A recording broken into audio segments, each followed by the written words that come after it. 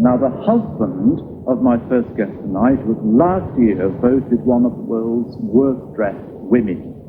He was also voted top female singer and third best male singer in a pop poll. Now, you'd think a lady married to a man like that might have some problems. Well, the accolades haven't passed her by either. A month ago, she was dubbed the most overrated woman on the pop scene. She sometimes looks like this, and she sometimes looks like that.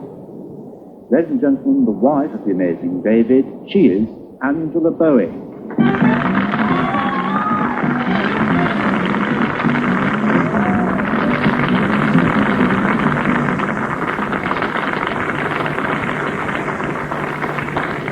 You're very much taller than I thought you would be. Does it matter? No, it doesn't matter, as long as we're not standing side by side. Oh, you wouldn't mind. How tall are you in your stocking feet? 5'8". Really? You must be wearing very high-heeled shoes. Exceptionally high. And you potter about in them at home, do you, Never. when you're doing the dusting? Never. I never dust. Who made your hat? One of Natasha's ladies. Where's Natasha? Is Natasha with you? Natasha? In which she's a hat... Is her lady? Yes, yes. She's a hat maker, is she? A hat maker. And she's done you proud. Would you like a hat? Do you have a hat? Would you like one? Shall we have one made for you? Do you mean at this precise moment? Well, I mean in the future. Of course I'd love And one. you can wear it on another show and say, Yeah, I'd love it. my little creation. I'd very much like to try that on, but it would disturb your hair too much if I do that. But I won't. I will do that later. How do we know that you're the real Mrs. Bowie under all that? Because we've seen a lot of... Absolutely no way of telling. No guarantee. No, none whatsoever. Who were you before you were Mrs. Bowie? Mary Angela Barnett. What nationality are you? American. Where were you born? Cyprus. Love you. You were born in the American part of Cyprus, were you? No American part. Were you born of ordinary parents? I mean, did you have a mother and a father? Oh, yes? 2 of them? You mean one of each? What did they do? My dad's a mining engineer, and in Cyprus they mine copper. So that's how I was born there. Are they alive? Yes, yes. Do you Very much. Do you see them at all? Yeah. Of course, they've left, they were refugees during the war, and they've gone to America. I think my father wants to go to South America now. To mine? Mm-hmm. He's still a miner? Yeah. Now, would you think it rude of me if I asked you if you could raise your veil a little so we could see your face somewhat? Beautiful. Now, in your time, you have played many parts, haven't you? I mean, you've played the part of a model and an actress and all sorts of things. Do you sing ever? I do now. What do you mean by that? Now? Well, I never really knew I could. You can understand. I mean, when I met David, I was an actress, and David certainly could sing me. Oh, I was about to say something rude. Can certainly sing better than most people, that you come across. And so it makes you very shy, to try things that you haven't tried before. And then about a year ago, I said, well, what do you think? If I want to do a musical, I ought to be able to sing a little. And so he said, why don't you learn? And I started to learn, and I found I could sing, which was wonderful. Both of you, because it takes two to tango, both of you made a pact, didn't you, about careers, that he would establish his career while you remained discreetly somewhat in the background. And when that was done, you would begin. That's right. And in a sense, the gear is shifting now. Yeah. You're making steps forward. The pact of his fading into the background now is beginning. What steps are you taking? What positive movements are you making? Well, the positive movements are that I've just been an actress who hasn't been working for the past 4 years, So what's happening now is that I'm deciding on the projects that I want to do. One of which is Razor. Yes. Now tell us a bit about Razor. Razor is the story. Are we allowed to say horror on TV? Well, you just said it. Try it. It's the story of a whore, a lovely girl who comes to London, gets pregnant when she's 15, and as a result, she is very sad because everybody seems to have great clothes to wear, and the kids that she runs around with, and she doesn't. She can't feed the babes or dress them how she wants to. And so they put her on the game. They explain how you make a buck, you get put on the game, and she has various adventures, and eventually kills herself. And you are she? I hope. I'm still trying to find exactly the writer that I want.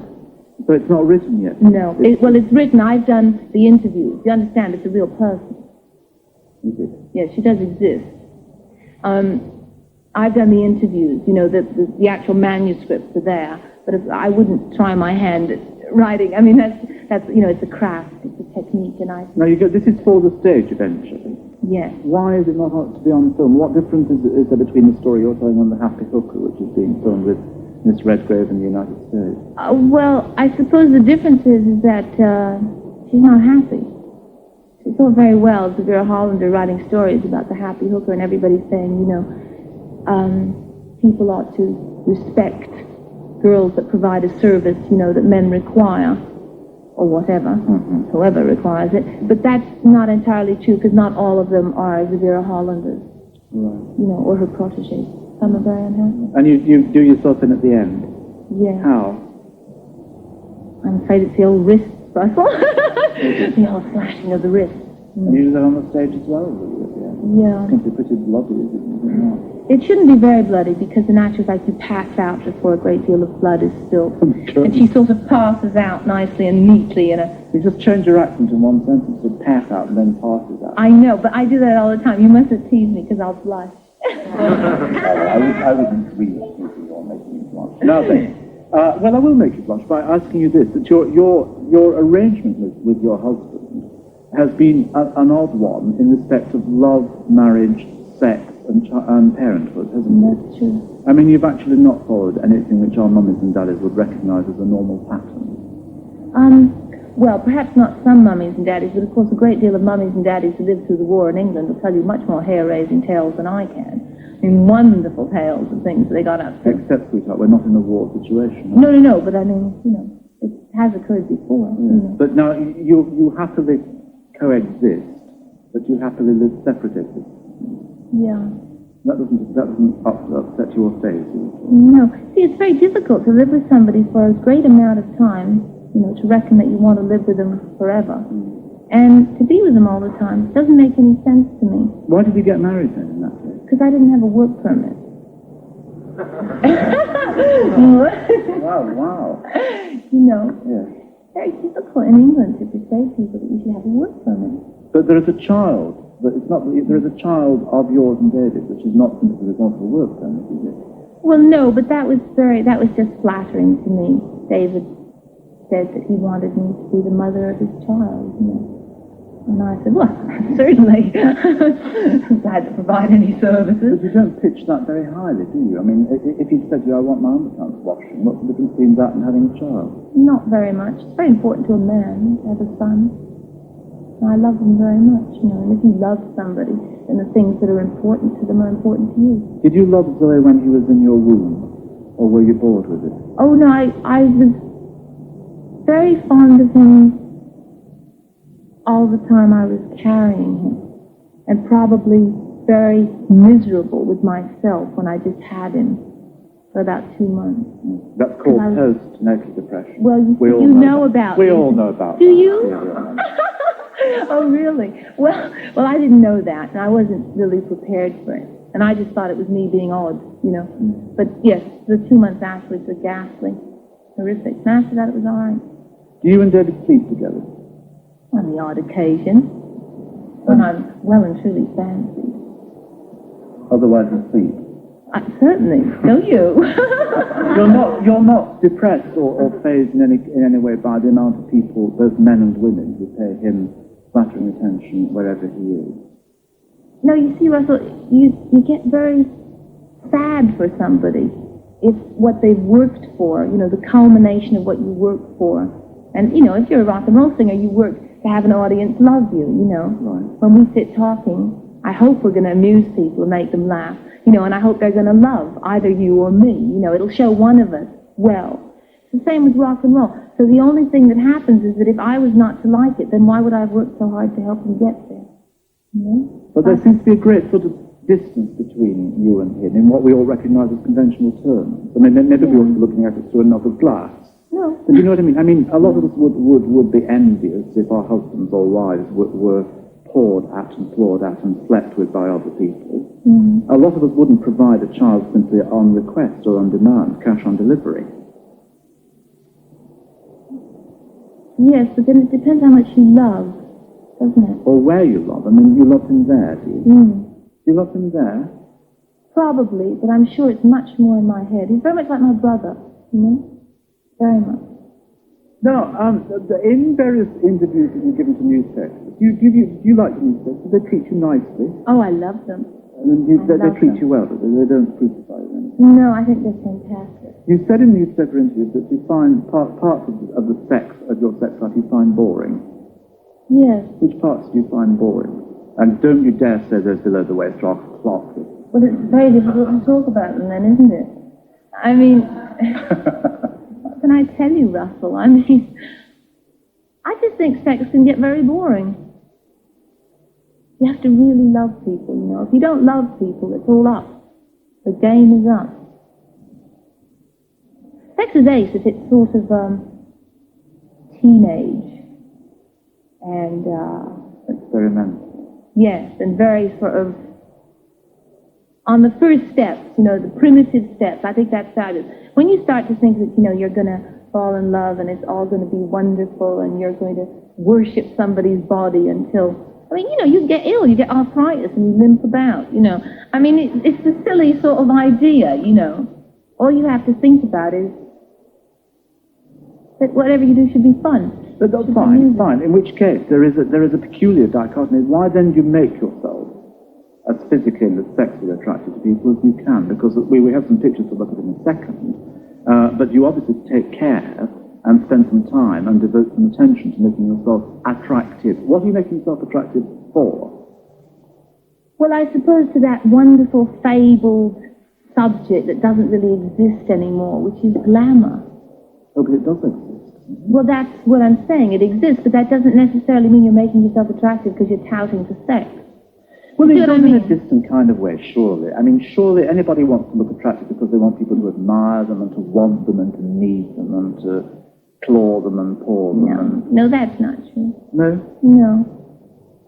I mean, you see, I don't know what your sexual fantasies are, but I mean, I could send you, you know, a care package full of things that might make you feel that you were out touting for trade and looking absolutely remarkable. On the other hand, I think you look lovely in a grey suit. You see what I'm saying? Sure. I think you look very elegant, very smart. I mean, I hope that I look relatively elegant. You do, but I'm up against strong competition, baby, tonight. Talking of which, I mean, let us look at some pictures which we have, which are over there, which you will see, of you in various guises. The first one looking very like Streisand. Is that a particular effect you're trying to create? Not really, no. I mean, I have a nose, you know what I mean? Yeah. So I don't have any options. I'm going to look like her. Well, you can change your face remarkably, because the next one looks extremely, to my mind, like Gene Simmons, isn't it? Which is the one coming up now. So if we can go in on that, when we get closer in, because that's slightly body-like, your eyes do look like Gene Simmons. Do you know Gene Simmons? Have you ever heard of her? I don't know her, but I mean, of course I've heard of her. I've seen her. And the third one makes you look extremely, to my mind, like Bjorn Borg. Do you know who Bjorn Borg is? No, but tell me. Well, it's a he to start with, and he's a tennis player, I think, from Sweden. Yes. And the next one, I think, which maybe at the moment of this is the last one, you look a bit like Lawrence of Arabia. Right, now look, because modelling is also a part of your activity, and you do it obviously with great ease and great delicacy. Will you model a bit for us now? I mean, can you throw yourself into poses as required? Well, I'll tell you the only problem, Russell, I must tell you this because I've never modelled. No, but you're very good at standing, aren't you? Well, because you see, wait a minute, hold on.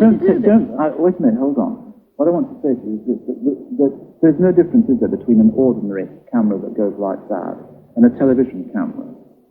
You think? I don't know. I haven't had a chance to play with one of those. Well, listen, they're not toys, baby. I mean, they are, you know, you stand in front... No, I know, but, if I played with one, then I'd know the difference it had, in lens and things like that. Well, it would be too complicated to explain all that, except if you view it as as Terry O'Neill's camera. All right, yes. Right? Those steps are lighted for you to stand on. Are they? If you choose whichever cameraman you want, and you... I get a choice as well. Yeah, get up. Stand up and look for the cameraman you require. I really don't mind whoever's closest. They all look so cute. Well, now, may look, I take this off? You can do what you want, but you've got to. We have some music that you want to start with. Oh, really? Stand over there. Right, hold on. And do whatever you like to do. And one of them will... Yes. I think it would be wise under the circumstances. Did you know? You knew I wanted to.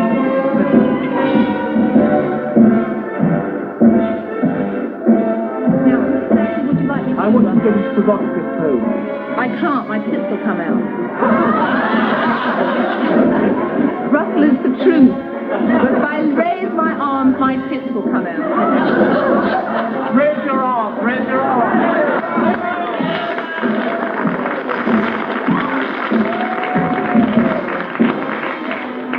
Very good. Promises, promises. I knew it'd get you going. I don't know what you're worried about because you're kind of self-contained, as it were. Yes, it's if you move quickly. If you move quickly, they shoot out the side. If you put your arms up quickly, they shoot out the top. What happens if you bend down?